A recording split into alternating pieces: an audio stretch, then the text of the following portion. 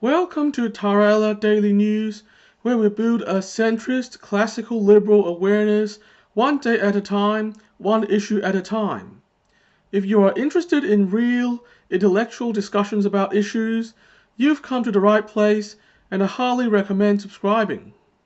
Today, I'm going to have a look at the recent political drama surrounding Taylor Swift, now presumed by many to be left-leaning, and her longtime critic Kanye West, now known to be a proud supporter of President Donald Trump.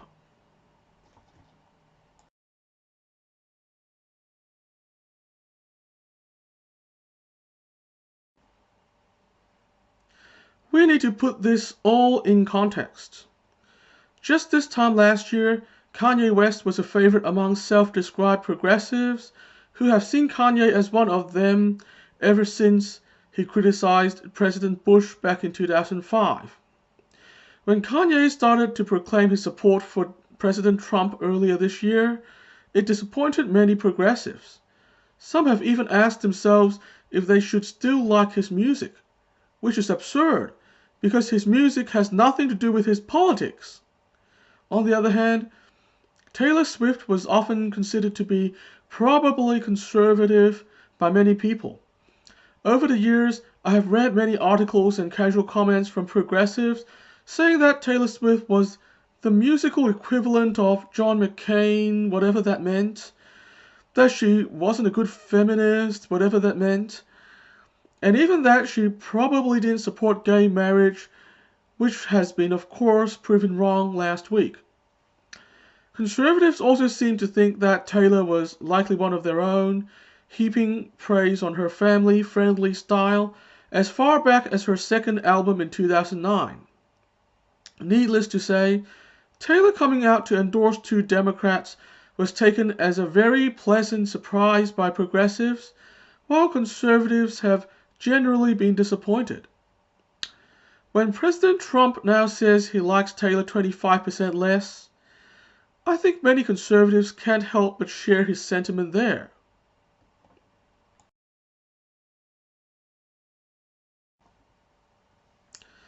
But let's look at all this from a cool-headed, centrist perspective, because that's what we always do here on this show. By the way, if you have any further thoughts you want to provide, please drop me a comment so we can continue this interesting conversation. From what I have observed, the fact is, we actually didn't know much about Taylor or Kanye's politics until this year. Quite a few people have assumed Taylor to be right-leaning or Kanye to be left-leaning based on their own prejudices, nothing more.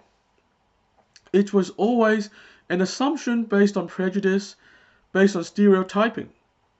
The fact that Taylor did country music and presented a more traditional lifestyle didn't mean she was conservative politically.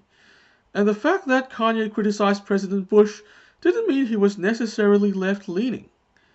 In recent years, both progressives and conservatives have been too easily swayed by the aesthetics of personalities and ideas, and this has affected our ability to think rationally.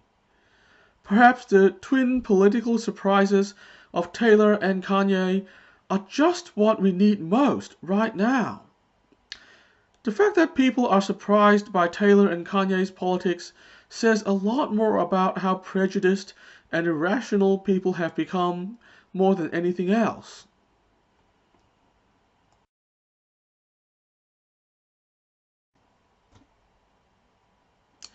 So how can we become more rational? We need to start treating individuals as individuals rather than as stereotypes. We need to respect that individuals are unique in all sorts of ways, and that can be a good thing. This is one of the biggest themes of my work. Real freedom is based on respect for individual differences. We need to accept that the people we like aren't always going to be exactly like ourselves because everyone is unique. For a start, progressives need to be able to respect Kanye's right to his political views without feeling differently about his music, and conservatives need to do the same about Taylor Swift. Right now, many conservatives may feel like liking Taylor 25% less, but there's really no reason to do so, because Taylor Swift is a musician, not a politician. Her politics do not matter. Furthermore, conservatives who can't agree with Taylor's politics can still praise her relatively family-friendly style like they did back in 2009.